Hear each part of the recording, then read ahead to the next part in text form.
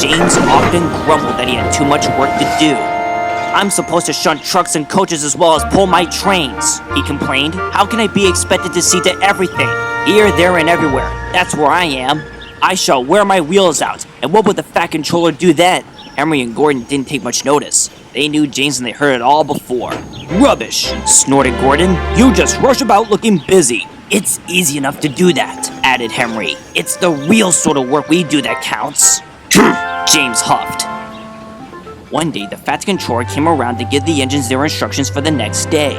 James was to shut in the yard while Edward was to take trucks of heavy stone to the docks. "Oh no," complained James. "Why do I always have to do the shunting while Edward gets a nice easy run to Brendam?" "Why don't you go and get the trucks?" offered Edward kindly. "It'll be a change for you." "I'll stay here and shut in the yard." James asked the fat controller, who agreed that the two engines can swap duties, and the next morning, James went off happily to find the trucks. "This is nice and easy," he puffed to himself as he sped along the rails. "What a lovely day I shall have." But it didn't stay nice for long.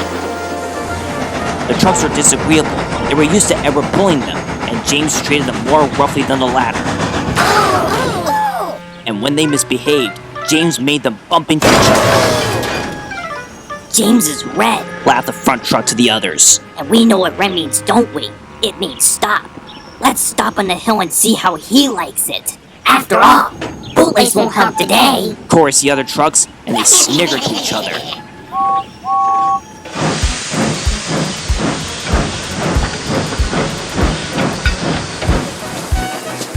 The trucks behaved well at first, and James was feeling very pleased with himself.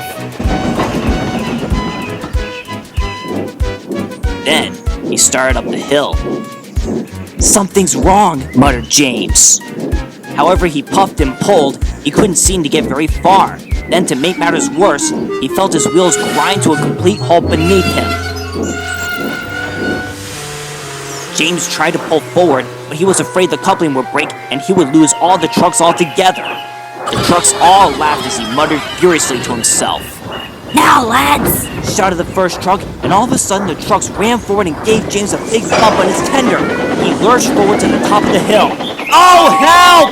he wailed as the trucks pushed him faster and faster down the hill. "Help! I can't stop!" cried James. The driver, struggling against the weight of the trucks behind, slammed the brakes hard on. And gradually, as they reached the bottom, James slowed down to a stop. "Phew," said the driver. "That was close." They then started again, but at a slow pace. The trucks had slipped their brakes on, and James had great difficulty starting. "Oh, come on!" he barked, but the trucks didn't care. They laughed louder than ever. "They'll break a coupling if they're not careful," said James crossly, but he was determined not to be beaten. Slowly, he dragged the noisy trucks to the docks.